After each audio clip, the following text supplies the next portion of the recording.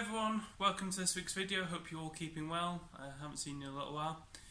So this week's video I would like to talk and demonstrate a little bit about how something works. Now in our daily lives we can always get busy and just not take time to think how things work, and we can take things for granted. Sort of like a radio for instance, or it's just a box that plays music, you push the on button and it just works.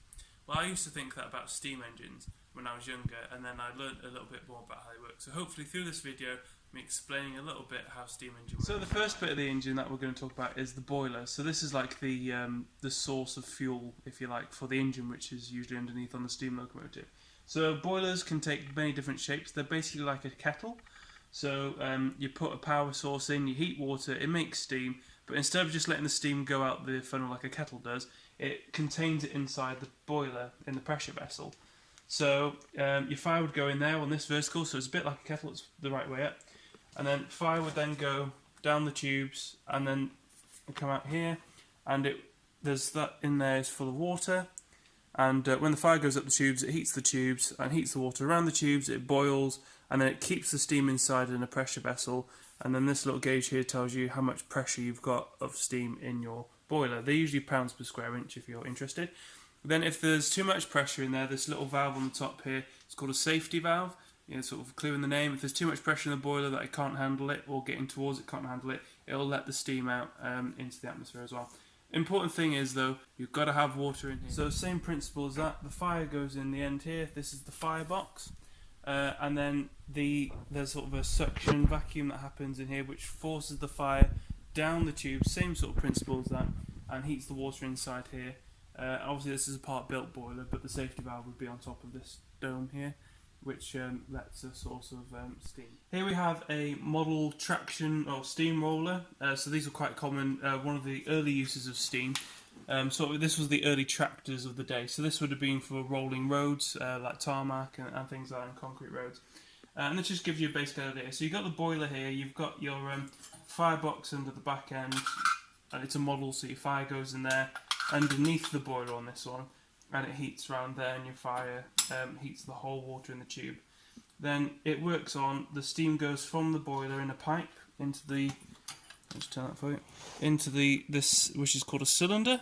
There's a little piston in there, and the steam will force the cylinder out, and as it forces that out, it will turn the wheel round, and then this is connected a bit crudely because it's a little toy, but it then connects via a belt, and it will drive the wheels round in theory.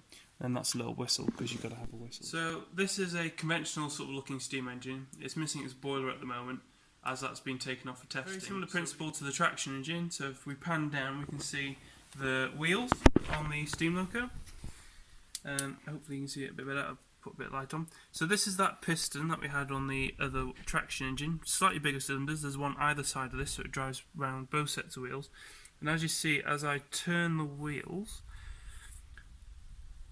the piston forces the wheels round, so obviously it's going in at the moment, and then back out, and then that touches this rod. It rotates this rod round, and depending on this position, it then tells a valve inside here where to put the steam. So it'll put the steam in the front or the back of the behind or in front of the piston, and wherever it's not putting the steam, it then exhausts and comes out this pipe here into this, which is called the smoke box, and then again that causes the draft or the suction, which draws the fire through the tubes as it goes out through the chimney.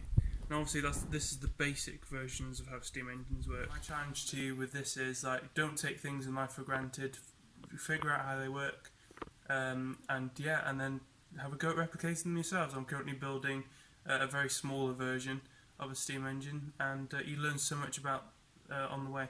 And my same challenge is the same point of view towards reading books, especially the Bible. Don't take what people say to you about it, read it for yourself, and it's always good to talk with other people about it, because then you can learn new things and have different perspectives and interpretations of what the Bible says, and yeah, just dig down and find the truth for yourself. So I hope you've enjoyed this evening's video, or this week's video. Amy will be with you next week. As I said, don't forget to check out our Instagram. We have daily encouragements on there for you, and yeah, just stay safe, and we can't wait to see you back again when we can return a little bit back to normal.